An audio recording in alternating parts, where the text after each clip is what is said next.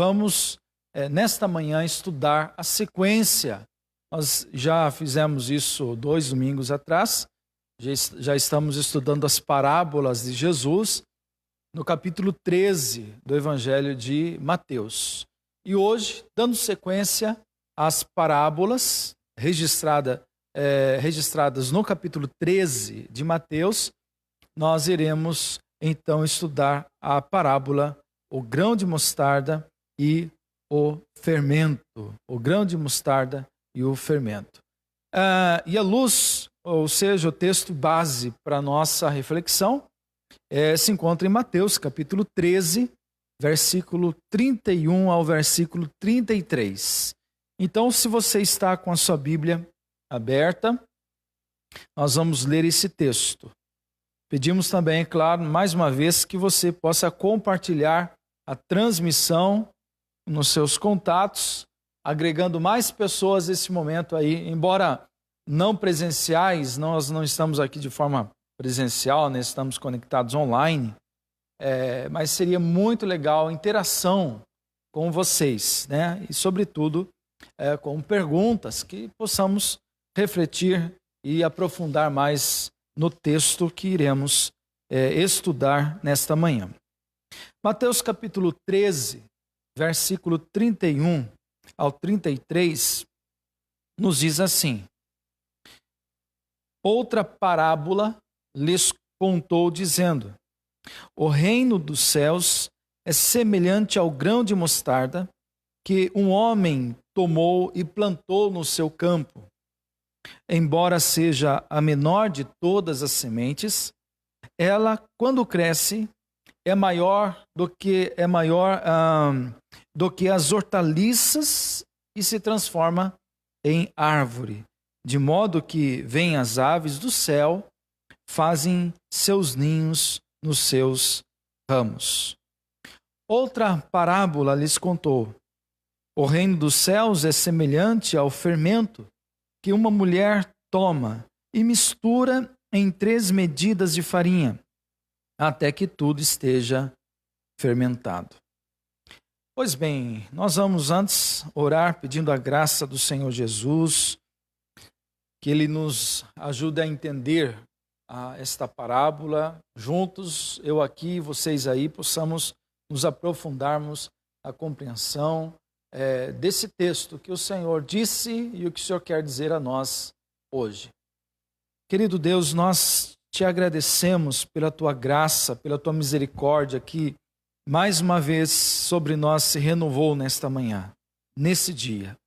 Pedimos agora, Senhor, no teu nome, que ao estudarmos a tua palavra, já lemos e quando formos agora refletir nela, no teu ensino, pedimos que o teu Espírito Santo esteja nos ensinando, esteja trazendo luz à nossa mente, compreensão, mas também que o mesmo Espírito esteja atendo fogo em nosso coração, inflamando nosso coração. De tal forma, Senhor, que aquilo que nós aprendemos nesta manhã, o teu Espírito nos ajude a aplicar na nossa vida. Nesses dias, nesse tempo tão turbulento, tumultuado, nós pedimos então que a tua graça, que o teu Espírito Santo nos ensina nesta manhã. Abençoa, Senhor, cada irmão e irmã que está nos acompanhando nesse estudo, nessa transmissão. Pedimos assim que a tua graça multiforme esteja sobre cada vida, sobre cada família. Ensina-nos, ó Deus, pela tua palavra. Nós oramos na dependência da tua graça e do teu Espírito Santo. Oramos no nome do Senhor Jesus. Amém. Pois bem, irmãos,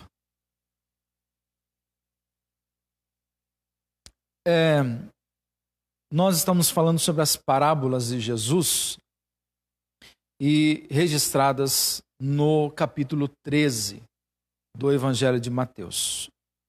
Antes de nós adentrarmos no texto bíblico, eu queria pensar com vocês sobre 3 coisas a considerarmos, que se fazem como a tarefa da interpretação.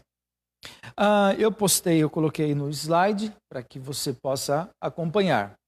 A tarefa da interpretação. E aqui, é claro, a gente está focado nas parábolas. Então, 3 combinações, né, ou a tarefa da interpretação é a combinação de 3 coisas. Primeira, ficar sentado e escutar a parábola. Quando nós lemos uma parábola, e vamos fazer esse exercício aqui com a parábola de hoje, ou as parábolas de hoje, a primeira tarefa da interpretação, né, combinando essas 3 coisas, a primeira é ficar sentado e escutar a parábola. Tomar aquela atitude, aquele gesto, poderíamos dizer assim, dos ouvintes de Jesus. Ficar sentado é ouvir, atentar, né? Se colocar na mesma condição dos ouvintes do primeiro século. Nós estamos, é claro, há um espaço enorme de tempo dos primeiros ouvintes de Jesus para nós hoje. Então, para entendermos a tarefa da interpretação bíblica e agora, sobretudo, das parábolas, a primeira tarefa nossa seria, então, assentar-se e ouvir a parábola. Procurar se colocar na condição dos primeiros ouvintes de Jesus. E isso é necessário porque a gente está totalmente num tempo diferente, numa cultura diferente. Então a gente precisa, sobretudo, nossa cultura mais urbana, né, do que a cultura rural, onde a economia em Jerusalém, Israel, centrava-se na questão rural. Então a gente precisa sentar e ouvir a parábola. Segunda tarefa para a interpretação bíblica, combinando essas 3 coisas, é identificar os pontos de referência. Pontos de referência é identificar onde Jesus está tratando e como esses pontos, ou seja, assuntos e temas que Jesus trata, tornam-se um ponto de referência para a nossa vida hoje. Então, quando estudarmos, a gente vai pensar nesses pontos de referência. Eu vou dar um exemplo que não é propriamente da parábola ou das parábolas que vamos estudar hoje. Mas um exemplo é a parábola do bom samaritano. Ali nós temos 2 figuras. Temos ali o samaritano e temos os religiosos. Poderíamos colocar também o moribundo, aquele que foi assaltado, estava à beira do caminho, quase morto. Então são pontos de referência. E a gente diz, quem são esses que estão à beira do caminho, quase morto? Quem são os religiosos e quem são os samaritanos? Então são pontos de referência que nos conectam ao texto, fazendo perguntas a ele e para trazer a nós hoje ensinos práticos. Então vamos pensar aqui na questão da interpretação do texto, esses pontos de referência, identificar esses pontos de referência. E a terceira combinação para a interpretação do texto é procurar entender como os ouvintes teriam se identificado com a história. Procurar entender como os ouvintes teriam se identificado com a história.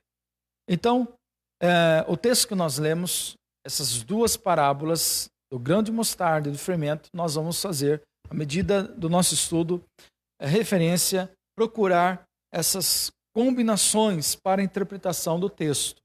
Vamos procurar interpretar a base dessas combinações e aí, ao final, procurar entender como os ouvintes teriam se identificado com a história e aí, trazendo isso para nós hoje, como nós hoje nos identificamos com essa história. Tá certo? Pois bem, sempre falamos aqui nesses últimos domingos, nosso estudo, momento de estudo bíblico, sobre as parábolas, as funções, ou a função principal dela. A função principal da parábola é levar os seus ouvintes a uma resposta. Então, à medida que nós estamos lendo e procurando entender como os ouvintes teriam se identificado com a história, e hoje nós também, como nós nos identificamos com a história, toda parábola tem a sua função principal levar os seus ouvintes, sejam aqueles do passado, os primeiros ouvintes da parábola, seja nós hoje.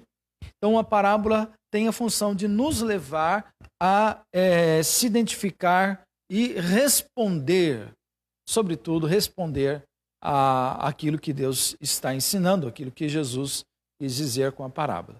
Então a função principal dela é conclamar os ouvintes a uma resposta. Nessa parábola que nós lemos, o primeiro fator que aparece para nós aqui é o contraste. Joaquim Jeremias, um estudioso do Novo Testamento, ele escreveu um livro chamado As Parábolas de Jesus. Ele se dedicou tempo a estudar as parábolas, refletir à luz do contexto, à luz dos ouvintes de Jesus e o sentido original que Jesus quis ensinar com as parábolas. Nesse livro, Joaquim Jeremias fala sobre o contraste, e quando nós começamos a ler e se aprofundar, vemos o foco principal dessas parábolas, tanto do grão de mostarda quanto do fermento. O que fica à tona de uma forma muito clara para nós é o contraste. Um pequeno grão de mostarda transforma-se numa grande árvore, sendo a maior das hortaliças. Um pouco de fermento, uma grande quantidade de farinha, torna a farinha fermentada, a massa cresce. Então, o que nós temos é o contraste. Nós temos aqui praticamente o contraste. Como toda a história, os ouvintes iniciais de Jesus, eles não estão interessados em como isso acontece, o processo de primeiramente, da semente plantada, né, até o processo todo de desenvolvimento, até chegar a ser uma grande árvore. E também os ouvintes não se interessam o tempo que leva para a massa levedar, ou seja, para que o processo do fermento pudesse então fazer com que a massa crescesse. Os ouvintes de Jesus, a cultura da época oriental, eles apenas focavam no início e no fim, o começo e o resultado. Por isso é que Jesus, ele conta essas duas parábolas e são bem curtas. Só começando, ele foca no início e foca o resultado final das suas duas histórias. O que os estudiosos concordam aqui é que essas duas parábolas devem ser lidas paralelamente, ou seja, elas, embora sendo duas parábolas, elas são pares, elas devem ser lidas juntas, não separadas. Por isso nós lemos os versos 31 a 33 e não lemos o 34 e 35, que na realidade fazem parte de um outro momento dentro do capítulo 13. Então nós temos aqui a separação do versos 31 a 33, depois 34 a 35, a explicação, o motivo porque Jesus conta em parábolas, ensina através de parábolas. Então a parábola do grão de mostarda e do fermento formam um par. Outros estudiosos chamam de parábolas gêmeas. Embora elas não sejam semelhantes, é claro, as suas histórias não sejam semelhantes, mas elas têm algo em comum, que é o contraste de algo pequeno que tem um resultado fora do esperado. Então, elas são pares ou gêmeas, porque elas ambas têm em si o contraste, que é o foco principal aqui dessas parábolas. Pois bem, o grão de mostarda é bem pequeno. Eu já vi o grão de mostarda de Israel, que é comum naquela região. Ela é bem pequeno, a gente poderia dizer que é quase do tamanho, às vezes até menor, dependendo, da cabeça de um alfinete. Aquele alfinete que costureiros, costureiras, né, usam para o trabalho deles. O grão de mostarda é tão pequeno quanto a cabeça de um alfinete. O texto diz que ele é a menor das sementes. É claro que alguém que é biólogo poderia dizer, pastor, não, o grão de mostarda não é a menor das sementes. De fato, não. Há sementes que são menores ainda do que o grão de mostarda. Mas, olhando para o contexto, naquela região da Palestina, especialmente Israel, o grão de mostarda é a menor das sementes daquela região. Ainda hoje é possível encontrar sementes ou plantações de mostarda ao longo do Rio Jordão. Especialmente no contexto de Jesus, próximo ao lago de Genezaré, nós temos ali plantações, especialmente como o mostarda é uma hortaliça, então é aquele tipo de plantação peculiar nas famílias daquele contexto, daquela época.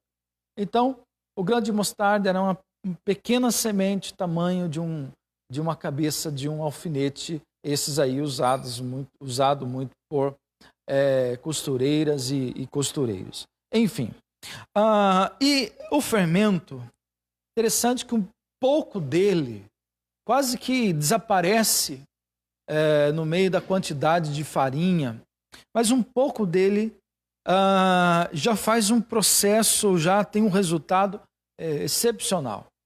A ideia aqui que Jesus, quando Jesus conta essa parábola, muito curta, mas a gente poderia imaginar os ouvintes de Jesus pensando, fermento, massa, pensando especialmente na cultura da época, mulher, né, que usava muito de fermento e massa para fazer bolos e pães.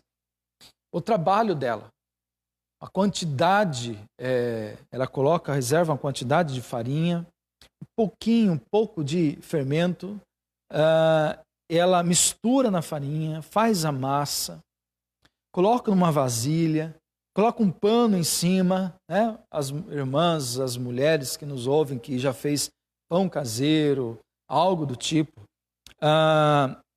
coloca, né, um pano em cima, a mulher deixa ali durante a noite, e os ouvintes, quando Jesus está falando essa parábola, eles estão pensando nisso. A mulher deixa aquela massa durante a noite para fermentar. No dia seguinte, de manhãzinha, quando ela vai até a vasilha, a massa está totalmente, né, de uma dimensão muito maior. E ali ela pode, então, colocar para assar o pão, né, que era comum, fazendo parte da alimentação diária da cultura da época. Então, é esse tipo de imagem que suscita nos ouvintes de Jesus. Da fermentação, do processo, eles não ligam para o processo, mas eles imaginam que a mulher coloca ali durante a noite, ela tem todo o seu processo enquanto eles dormem e de manhãzinha tem o resultado, aí a massa está toda levedada. Pois bem, vamos pensar aqui em alguns detalhes desses textos. Primeiro, vamos pensar então no grão de mostarda e no fermento. Primeiramente, nós vamos falar dos pequenos começos que são decisivos. Primeira lição de 3 que eu quero compartilhar com vocês, para estudarmos juntos, refletirmos juntos, a importância de considerarmos os pequenos começos que são muito decisivos. Nós colocamos aqui que o foco principal das duas parábolas, essas parábolas paralelas, pares, são a insignificância do começo. Olhando para a árvore agora, a árvore de mostarda, bela, grande, com seus ramos que se estendem, né, pelos lados, e podem agasalhar os pássaros, e podem alimentar, porque o broto é uma sementinha, né, do broto ali daquela árvore, a mostarda, alimentava as aves. Aves que faziam seu ninho nela. Mas, para chegar a esse resultado final, houve a necessidade de uma sementinha ser plantada. Insignificante era o tamanho da semente para o resultado final. Alguns dizem, até hoje há em Israel, a mostarda, que ela chegava a 3, 4, até às vezes 5 metros de altura. Então, uma pequenina semente para um tamanho, resultado final, assim, espantoso. Nós temos também o fermento, um pouquinho de fermento, numa quantidade enorme de massa. Essas 3 medidas, alguns chegam a calcular cerca de 20 quilos de farinha. A medida que eles usavam a referência da época, 3 medidas, seria próximo aí a 20 quilos de farinha. Uma quantidade grande de farinha, que recebe um pouquinho de fermento. E a capacidade que o fermento tem de penetrar a farinha, de trazer um resultado espantoso diante da quantidade de farinha. Pouquinho de fermento para 20 quilos de farinha. Então, a primeira coisa que nós podemos aprender aqui são os pequenos começos que são decisivos, que são muito decisivos. E vamos trazer à luz aqui, primeiro, o contexto da época. Antes de nós falarmos da aplicação, nós vamos deixar isso mais para depois, mas vamos pensar nos ouvintes e no contexto. Falamos já semanas atrás que até o capítulo 11, Jesus é bem acolhido, as multidões estão extasiadas com as palavras, os ensinos, ele ensina como quem tem autoridade. Eles estão espantados com o poder de Jesus, ele cura as pessoas, ele ressuscita os mortos. Sobre ele com seu poder, ele subjuga os espíritos imundos. Então, as pessoas estão espantadas, maravilhadas com as palavras, com os ensinos, com a sabedoria de Jesus e, sobretudo, com o poder de Jesus.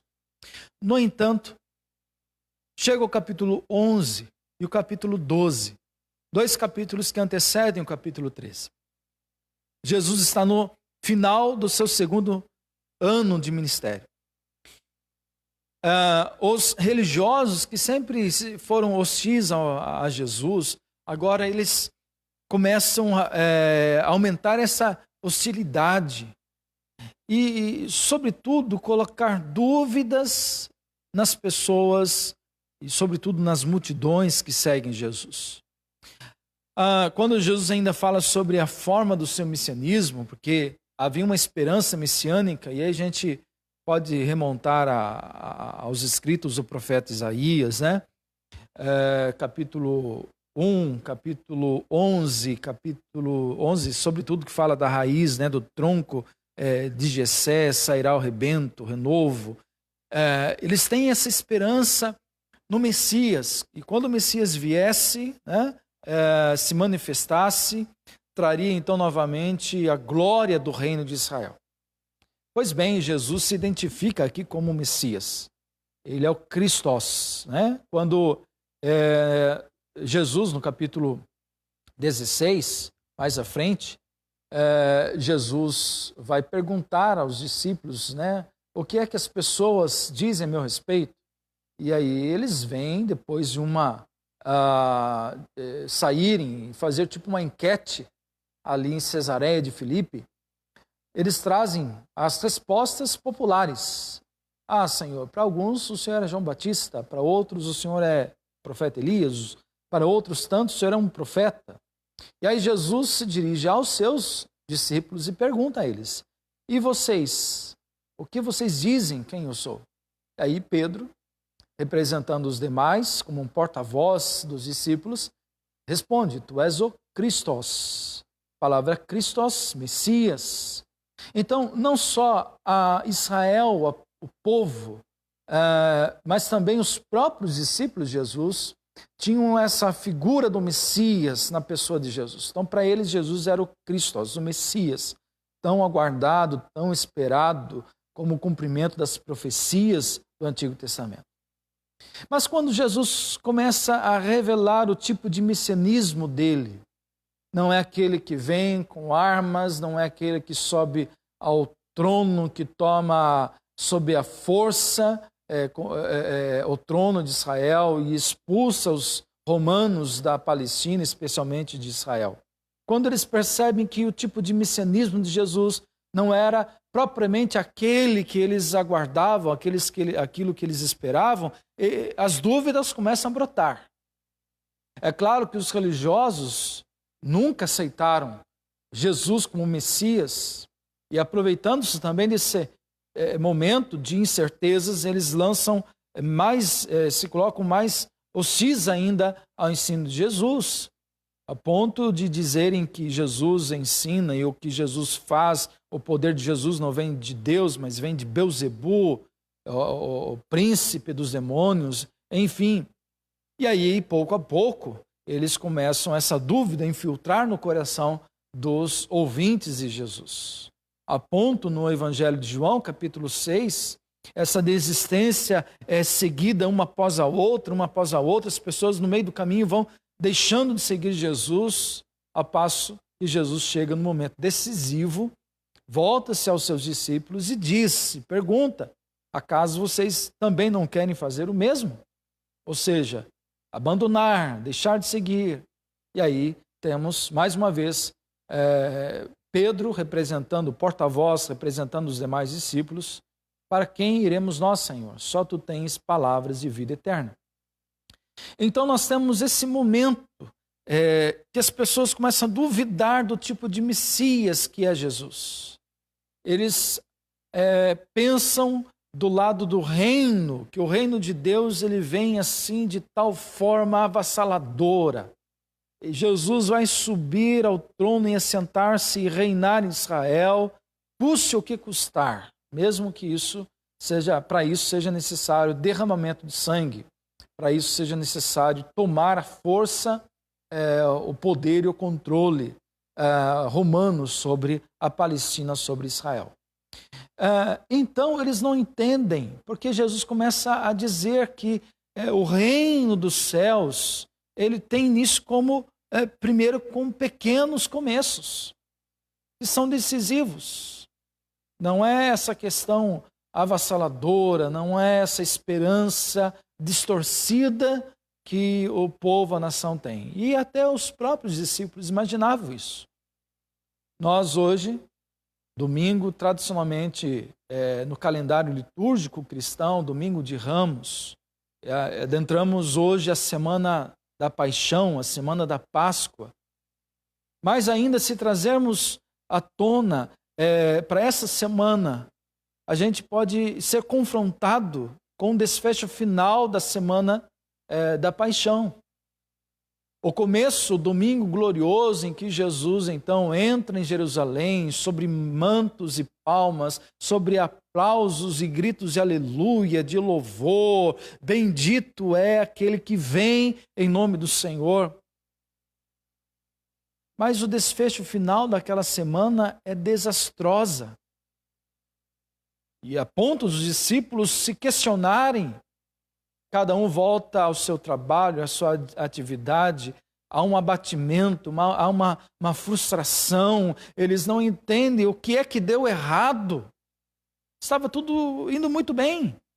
O início lá do ministério de Jesus, chamando e convocando as pessoas, ouvindo, as pessoas se aproximando e vendo os milagres, se alimentando dos pães e dos peixes, ouvindo Jesus com entusiasmo, com alegria, e de repente aquilo que se pensava ser algo que iria conquistar a nação, aos poucos as pessoas começam a ter dúvidas, a se abaterem, vendo que os sonhos delas, a perspectiva e as esperanças delas não são propriamente aquilo que Jesus vem trazer.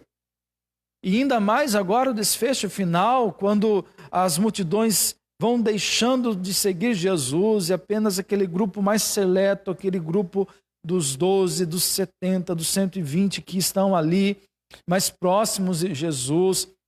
Mas até esses, com o desfecho da crucificação, se abatem e ficam a questionar o que é que deu errado. O que é que deu errado? Então, não entendem que o reino de Deus vem com pequenos começos. E às vezes esses pequenos começos são frustrantes para nós. Nós somos muito impacientes. E aqui talvez seja uma aplicação para nós. Somos muito impacientes. Queremos que as coisas aconteçam rapidamente, de uma forma muito ágil. Não conseguimos aguardar, não conseguimos esperar. E, sobretudo, colocando-se na condição dos discípulos, quando a nossa esperança é frustrada, mais ainda ficamos abatidos.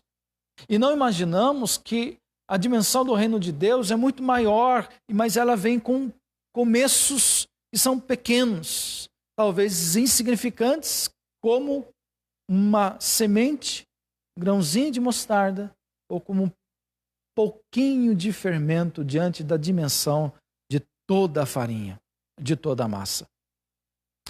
Pequenos começos, devemos considerar. Ao olharmos para o reino de Deus, e aqui a parábola são as parábolas do reino, e Jesus está falando do reino. Há alguns que interpretam esse texto, o reino, como o grão de mostarda ou o fermento como a igreja. Mas, na realidade, o que Jesus anuncia é o reino. Então, o reino de Deus no mundo, na vida das pessoas, tem seus pequenos começos e são decisivos. É preciso plantar a semente para então o resultado dela ser uma árvore enorme.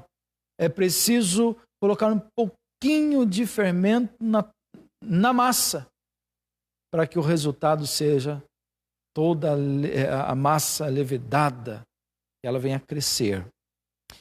Pois bem, segunda lição que aprendemos aqui, nesse texto, é o crescimento externo e visível do reino de Deus.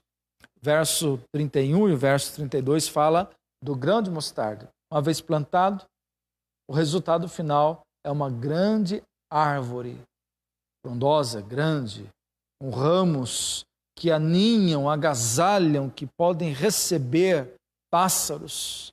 E vem ali pássaros de passagem.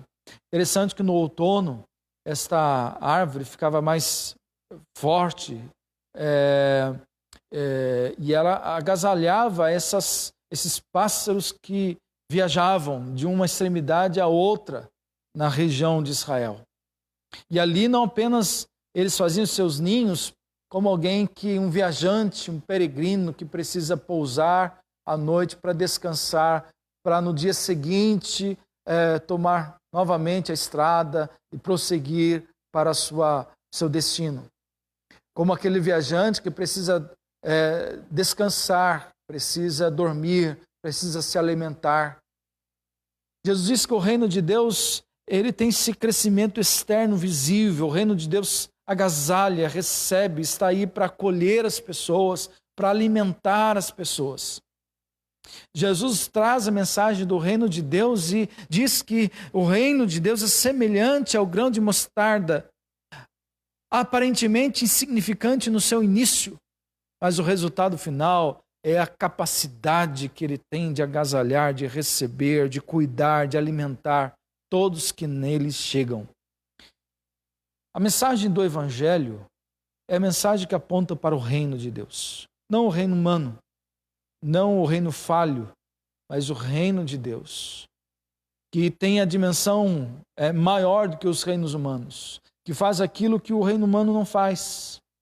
Mas também esse reino de Deus, como esta árvore frondosa, grande, ela pode adentrar os reinos humanos para trazer à tona a ética do Evangelho, a moralidade do Evangelho, a justiça do reino. A gente fica pensando hoje a questão, vivemos hoje no mundo por conta do coronavírus, onde a gente vê assim, os governos humanos buscando alternativa, um vírus derrubando a economia, um vírus fazendo com que haja pelo menos trégua, paz. E aí nós temos visto, lá no Oriente, entre israelenses e palestinos, que sempre tiveram seus confrontos, suas brigas, seus conflitos, e agora há um levantamento de uma haste, de uma bandeira branca em sinal de paz. Não vamos colocar sobre a mesa as nossas diferenças, mas vamos buscar juntos agora uma forma de tratarmos e solucionarmos essa pandemia que tem assolado e ameaçado vidas e ceifado vidas, que tem ameaçado economias, estabilidade governamental. Então vejam que o reino de Deus ele se manifesta plausível em todos os meios, trazendo luz ao reino, um contraste grande, é a questão do contraste do reino de Deus para o reino humano. O que podemos aprender e trazer da mensagem do reino para o reino humano? Quais são as facetas, quais são os valores, quais são os princípios do reino de Deus que o reino humano precisa assimilar, absorver, trazer para si? Jesus, certa vez, quando foi questionado, perguntaram a ele, mas onde está esse reino? Jesus tem falado tanto do reino de Deus, o reino dos céus, mas onde ele está? E Jesus diz assim, ele não vem em visível aparência, do qual vocês digam, vejam, o reino está lá, está no outro lado, está acolá, o reino de Deus está dentro de vocês. A dimensão desse crescimento externo e visível do reino parte da vida das pessoas, transformação. Começam pequenos começos até atingir uma amplitude visível. Se trazermos à luz o que aconteceu, aquela semana trágica da Páscoa, a semana da Paixão, o desfecho final trágico, nunca imaginado e esperado pelos discípulos de Jesus, da sua morte de cruz. Mas esse pequeno começo, como uma semente plantada, Jesus foi à sepultura. Como a semente, depois de alguns dias, ela nasce, a gente vê ela ali pequenina ainda. A ressurreição de Jesus trouxe um crescimento àquela semente. Jesus fica 40 dias com seus discípulos, após ele ascende, volta ao Pai e o Espírito Santo desce na festa de Pentecoste. Ali, aquela semente que já foi semeada, o reino de Deus, começou a aparecer agora na ressurreição de Jesus, na sua vida com os discípulos, na sua ascensão, no Pentecoste, na descida do Espírito. Agora essa semente, agora essa árvore de mostarda começa a crescer, ganhar forma, com a pregação apostólica, com a vida, a comunhão, a interação dos primeiros cristãos, com a simpatia que eles têm da sociedade toda, como é que eles vivem a fé, como eles se ajudam, como eles se amam, como eles se cuidam, como eles se tratam, como eles se comportam, como eles vivem a fé na prática, no mundo, na sociedade. E aí vai crescendo essa mostarda. 3.000 pessoas são batizadas, depois 5.000 pessoas são batizadas, e o crescimento exponencial e explosivo. Esse crescimento é em Jerusalém, a partir de Jerusalém a Samaria, a Judéia, até os confins da terra, com as obras missionárias, com as viagens missionárias de Paulo Barnabé, depois de Paulo, Silas e outros tantos colaboradores, atingindo até chegar à própria capital do império da época, a Roma. E hoje a nós, pequeno, insignificante, que foi a cruz de Cristo, no olhar, na ótica dos discípulos, dos religiosos judeus e de Roma. Uma coisa minúscula, vexatória, vergonhosa que era a cruz. Maldito todo aquele que foi pendurado no madeiro.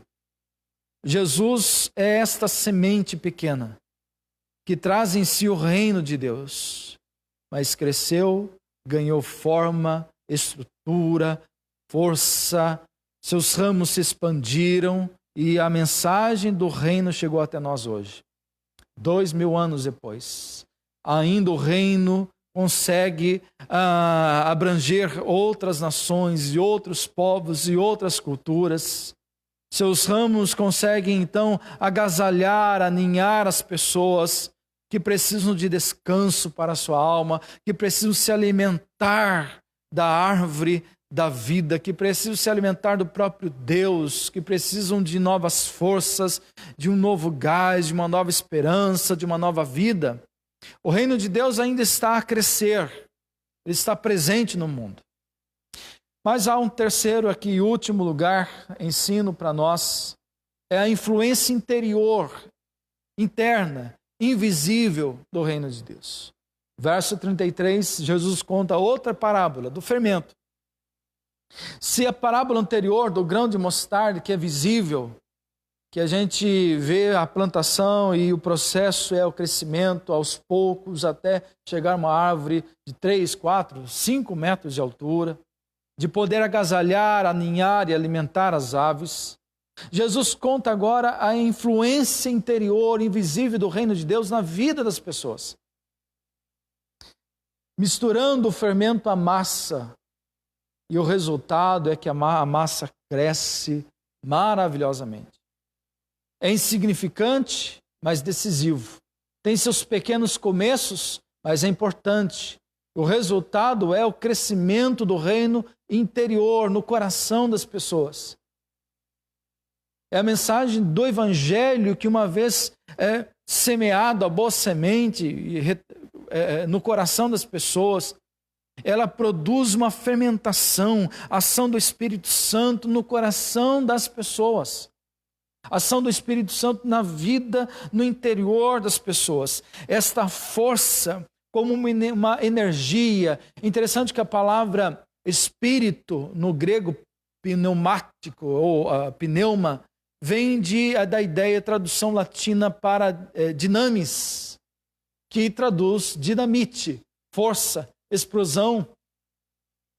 O Espírito Santo, assim, ela age no interior, no coração da pessoa, com força de explosão, de transformação, de mudança.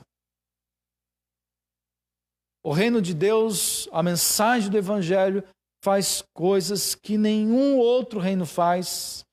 Transforma, é capaz de mudar a vida das pessoas de tal forma que a vida é um antes e um depois de Cristo.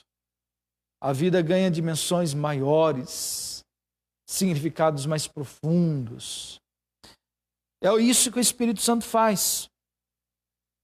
1 Coríntios capítulo 1, versículo 27 a 29, Paulo nos traz um pouco aí essa ideia da ação do Espírito Santo na vida das pessoas e como é que as pessoas de fora reagem a isso, de uma forma tal que Paulo diz assim: Deus escolheu as coisas loucas do mundo para envergonhar os sábios, escolheu as coisas fracas do mundo para envergonhar os fortes. Deus escolheu as coisas humildes do mundo e as desprezadas e aquelas que não são para reduzir a nada as que são, a fim de que ninguém se vanglorie na presença de Deus. Para aqueles que ouviram esta parábola, essa mudança que o Evangelho traz no coração das pessoas é algo que sucede por conta da plantação da semente e da porção pouca de fermento sobre toda a massa. A ação do Espírito Santo, então, começa de dentro para fora. Começa no interior, no coração, penetra na vida em todos os seus sentidos e vai avançando eficazmente, embora, às vezes, tenhamos nossos altos e baixos. No entanto, A pessoa transformada em constante mudança começa a exercer sua influência. E aqui eu quero colocar algo para encerrarmos esse momento. Enquanto você, se tiver alguma dúvida, alguma pergunta, uma questão, vai colocando ali nos comentários. O que Jesus diz é que essa força interna que começa no coração, começa de uma forma muito pequena, mas tem um poder transformador na vida, no coração. Essa influência que nós temos no interior, a influência do reino de Deus em nós, é uma influência para o bem. Não só na vida, não só para mim, não só na minha individualidade, uma influência não só na minha casa, na minha família, mas também em cada esfera da vida. O reino de Deus, como esse fermento invisível, ganha influência através da nossa vida em outros setores da vida humana, da sociedade humana. Então, o reino de Deus, quando Jesus foi perguntado onde ele está, ele diz, não vem invisível aparência. O reino de Deus não pode dizer assim, ele está lá, acolá, mas está dentro de vocês. Uma vez que o reino de Deus está dentro de nós, tem a sua influência no nosso interior, na nossa vida, essa vida influenciará a vida de outras pessoas e os diversos setores da sociedade humana. Então, Jesus está dizendo assim, o reino de Deus, como um fermento, que leveda toda a massa, influencia toda a massa, o todo. Uma vez que você foi transformado, o reino de Deus está em você, você pode também fazer com que outras pessoas e setores da sociedade também sejam impactados. Seu local de trabalho, bancários, juristas, trabalhadores da área civil, profissionais liberais, setores da sociedade como clubes, vizinhança, até mesmo o nosso governo, autoridades. Através da nossa vida, o impacto, a transformação que o Evangelho e o Reino de Deus fazem em nós pode influenciar para o bem. Para o bem. Algo espantoso, e nós lemos, por exemplo, nos pais da igreja, Clemente de Alexandria e outros, Eusébio de Cesareia, o impacto que os primeiros cristãos, na sua influência na sociedade, traziam. Embora sendo perseguidos, eles praticavam o bem. É aquilo que o apóstolo Pedro disse, não paguem o mal com o mal, mas paguem o mal com o bem. Embora sendo hostilizados e perseguidos, os cristãos não praticavam o mal, mas praticavam o bem. Nós lemos quando a palavra de Deus diz para que homens levantem mãos santas e orem, intercedam. A influência, na sociedade, a influência do Evangelho, o anúncio do reino de Deus nas camadas da sociedade, em todos os setores, em todos os níveis. Privado, no privado, no público. Essa influência na sociedade, esse penetrar na sociedade e transformar a sociedade como um fermento, como a mensagem do reino, transforma a nossa vida. Pois bem, irmãos, chegamos aqui a concluir nosso estudo nesta manhã. A aplicação da parábola é que, trazendo luz para nós, de uma forma talvez muito clara, tudo aquilo que nós já falamos, é que o reino de Deus está aí. Tem seus contrastes. Aparentemente insignificante. Aparentemente a mensagem do Evangelho é loucura, como Paulo disse. Loucura. Mas é sabedoria de Deus. É insignificante porque ele, às vezes, na maioria das vezes, ele quebra barreiras e ele não vai de acordo com as nossas expectativas e esperanças humanas. Às vezes, somos contrariados com a mensagem do reino. Como os discípulos, aquela multidão, eles não entenderam para onde o Messias, Jesus, caminhava. na direção da cruz, na direção do Calvário, na direção da morte. E ele vai até o matador como ovelha calada. Ele não questiona, ele não diz eu não quero, isso é injustiça. E às vezes a gente não entende isso. E os discípulos também não entenderam.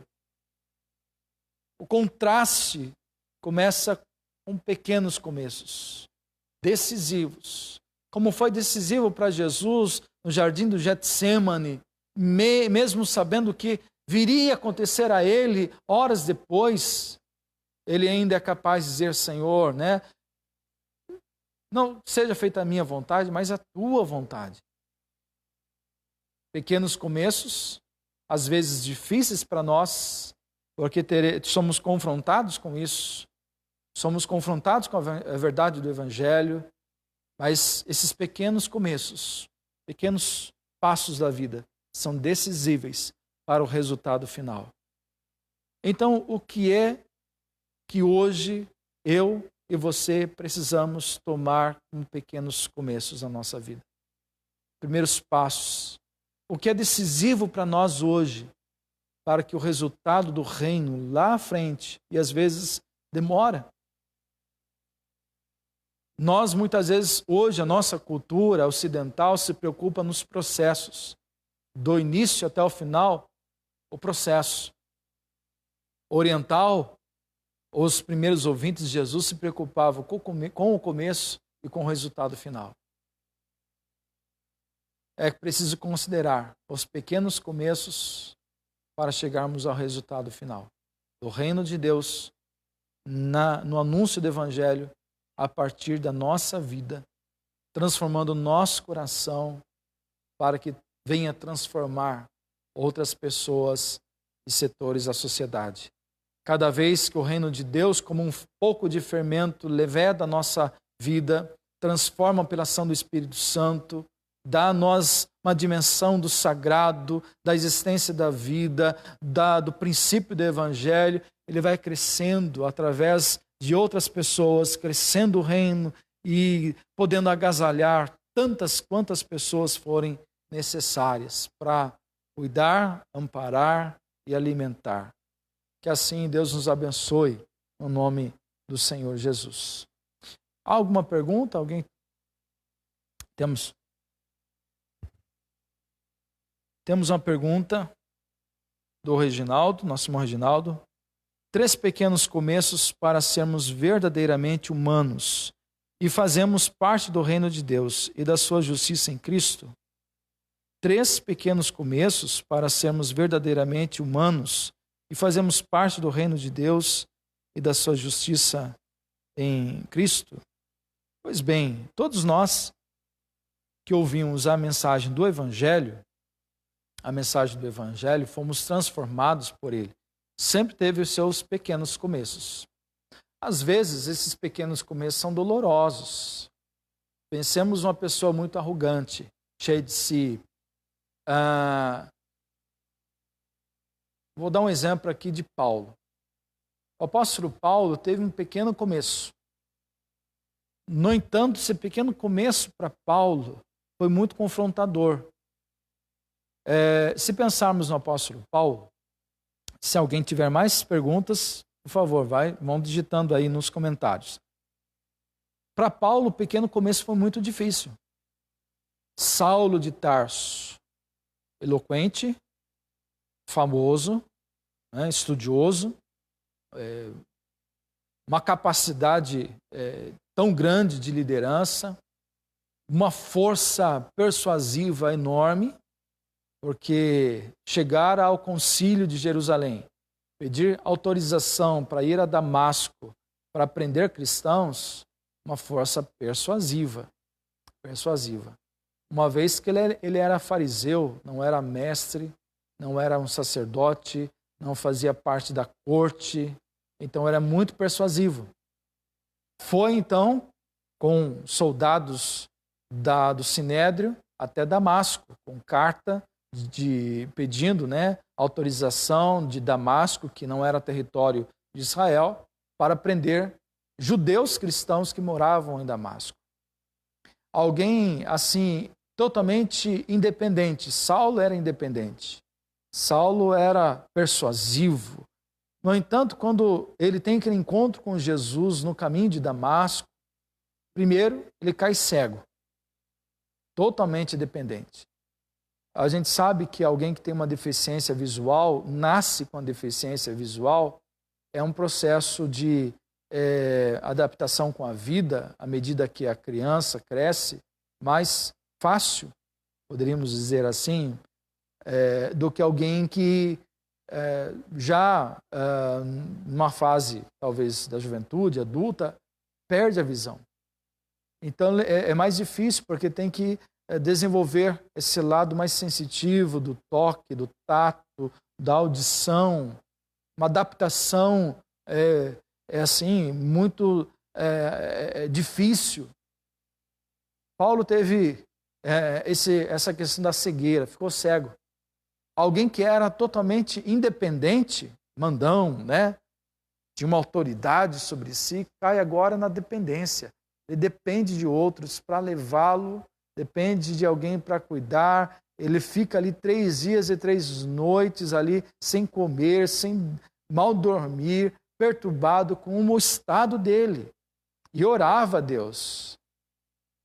Até que Deus envia Ananias vai lá, ora por ele, recupera a visão, é uma pessoa nova. Então, primeiro, teve esse contraste de uma vida antes de Damasco e uma vida depois do caminho de Damasco.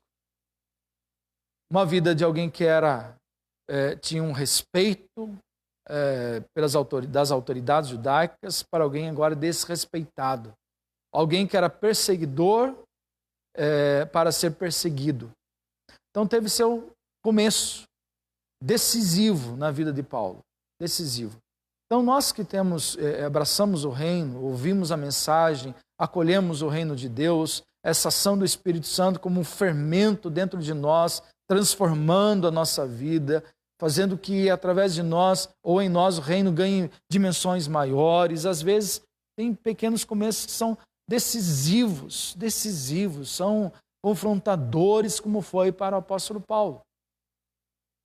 Mesmo Pedro, que era também alguém muito dinâmico, gostava de se colocar em primeiro lugar, e sempre nós temos Pedro como o primeiro a responder às indagações, às perguntas de Jesus. Foi decisiva a noite em que Jesus foi julgado.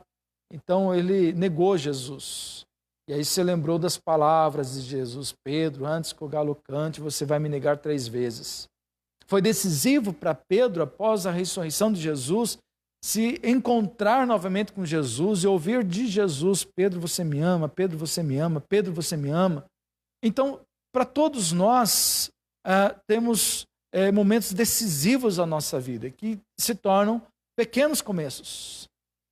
Não dá para chegar a uma vida, uma espiritualidade lá à frente sem começarmos pelos pequenos começos. Então, todos nós que entramos no reino e temos o Evangelho de Jesus invadindo nossa vida, transformando nossa vida, dando um dinamismo, fazemos parte do reino de Deus. E aí, através do reino, do Evangelho em nossa vida, ganhar dimensões cada vez maiores através da nossa vida, o testemunho da igreja e a mensagem do reino.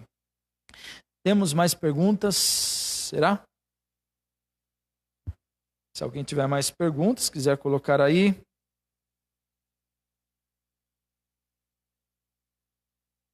Não temos nenhuma outra pergunta. Pois bem, irmãos, vamos concluir aqui o nosso estudo.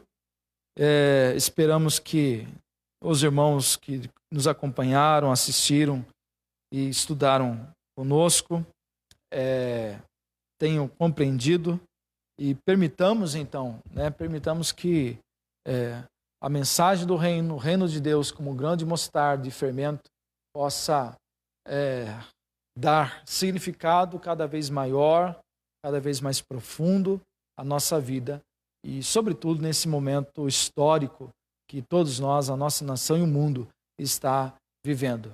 Mas o reino de Deus se manifesta e precisa se manifestar através da nossa vida, influenciando as pessoas, trazendo a coragem, ânimo, desafiando, confrontando, mostrando os contrastes e os primeiros pequenos começos decisivos, necessários para a nossa vida, nossa sociedade nesse tempo.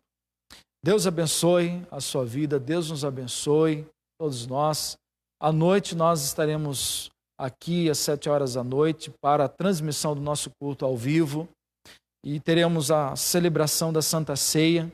Eu quero reafirmar aqui o convite para você, membro da nossa igreja, aqui da Vila Esperança, Presbiteriana Independente, todas as demais igrejas presbiterianas independentes, agora quero me referir a você que faz parte da Igreja Presbiteriana Independente, todos nós iremos participar da ceia do Senhor online. Pastores, presbíteros estarão transmitindo seus cultos e membros da igreja.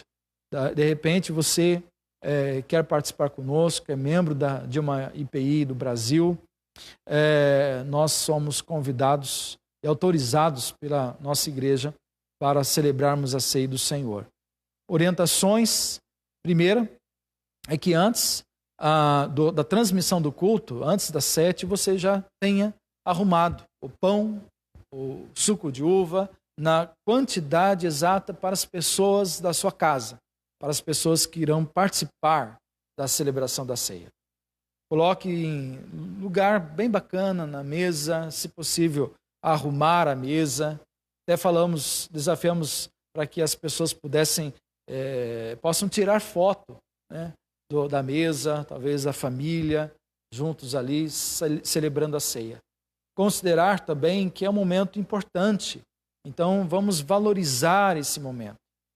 Como nós temos um respeito para o momento, um certo temor para o momento de celebração, não é porque vamos fazer na casa que nós não vamos conservar esse temor e respeito. Não, vamos celebrar com temor, com alegria, com zelo, com valorização, com respeito à ceia do Senhor.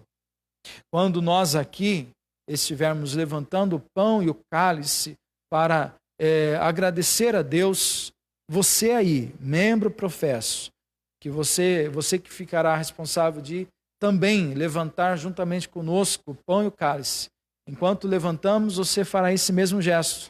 Enquanto estivermos com as nossas mãos segurando, estendidas, segurando o pão e o cálice, você também aí na sua casa, com a sua família, fará o mesmo. Quando estivermos orando, consagrando o pão e o cálice, você também estará ali conosco, orando, pedindo a Deus a graça, que Ele venha consagrar esses elementos. Vamos comer e beber, e após esse momento, todos juntos, com a mão direita posta do lado esquerdo do peito, no sentido do coração, todos juntos vamos orar a oração do Pai Nosso. Nosso desafio, especialmente a você mais jovem ou você que tem redes sociais. Nosso culto é transmitido pelo Facebook e há muitas pessoas, especialmente idosos, que não têm Facebook. E vai depender muito de você, que é filho, você que é neto, para se reunir com eles, para sentar-se à mesa com eles, assistir pelo celular, pelo tablet, pela TV, pelo computador, a transmissão do culto. Eles só poderão participar da ceia do Senhor à medida que os filhos, os netos, também levarem a transmissão do culto para esses nossos irmãos. Então pedimos que você que possa se reunir com seus avós ou seus pais, para que eles então assistam e possam participar da mesa do Senhor. Nesse tempo, nós não poderemos levar a ceia às pessoas, né? As pessoas de idade, então é necessário que você possa fazer isso. E, sem dúvida, será um momento excepcional. Eu não imaginava que chegaríamos a esse contexto, a esse momento histórico. Quem de você já pensou nisso? Os teus avós, os teus bisavós, os teus tataravós nunca fizeram a celebração da ceia em família. Estamos voltando ao que era o contexto do primeiro século, onde as casas eram as igrejas, os chefes de família quem presidiam os cultos, a festa ágape e a celebração da ceia. Então é um momento de novos começos, pequenos começos e decisivos para a espiritualidade da nossa família, dos nossos pais, filhos, irmãos, tios, avós, da igreja. Novos tempos, novos começos, pequenos, porém decisivos. Oramos para que essas mudanças provocadas pela pandemia sejam significativas, se interpretadas à luz da soberania de Deus, à luz do Evangelho, à luz do reino de Deus, ganhará proporções maiores internamente em cada um de nós, e o reino crescerá de uma forma frondosa, bonita, impactante, acolhedora e, sobretudo, transformadora. Deus abençoe a sua vida, a sua família, um bom domingo e até a noite, se Deus assim nos permitir. Deus te abençoe, em nome de Jesus.